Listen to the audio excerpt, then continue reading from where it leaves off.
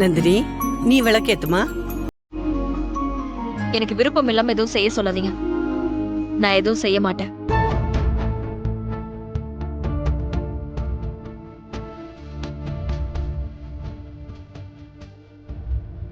விளக்கேத்துற விஷயத்துல அப்படியெல்லாம் சொல்லக்கூடாதுமா.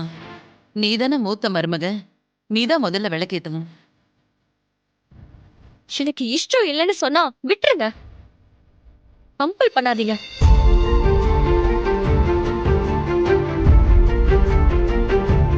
நந்தினி, பெரியவங்க சொல்லிக்கிட்டு இருக்காங்கல்ல, இப்படி எதிர்த்து பேசிக்கிட்டு முடியாதுன்னு சொல்லக்கூடாது. ஏத்துமா. மா, நான் இருக்கிற நிலைமை உனக்கு புரிஞ்சும் ஏன் இப்படி பேசிட்டு இருக்கா?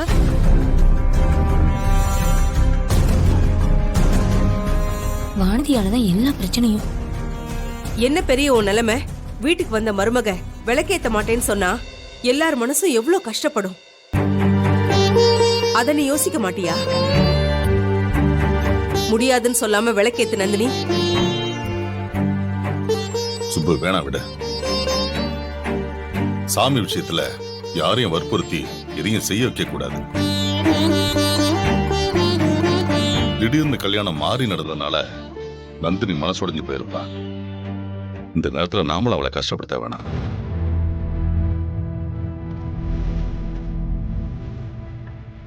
சரி, வானதிய விளக்கத்தை சொல்லுங்க. வானதி, நீ விளக்கேத்தணும்.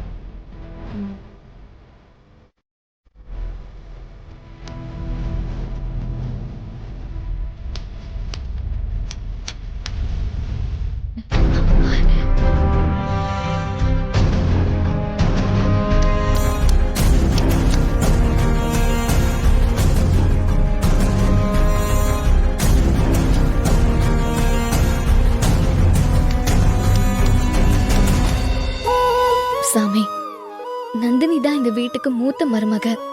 அவதான் முதல்ல விளக்கேத்தணும். அப்பதான் இந்த வீட்ல அவ வாழ்க்கை நல்லா இருக்கும். எப்படியாவது நந்தினி விளக்கேத்தணும்.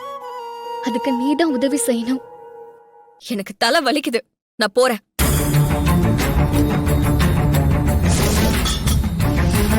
ஏய் நந்தினி,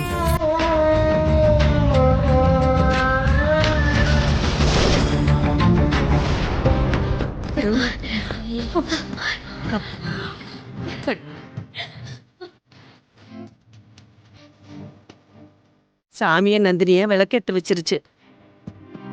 வானதி, இப்ப நீ விளக்கேத்துமா.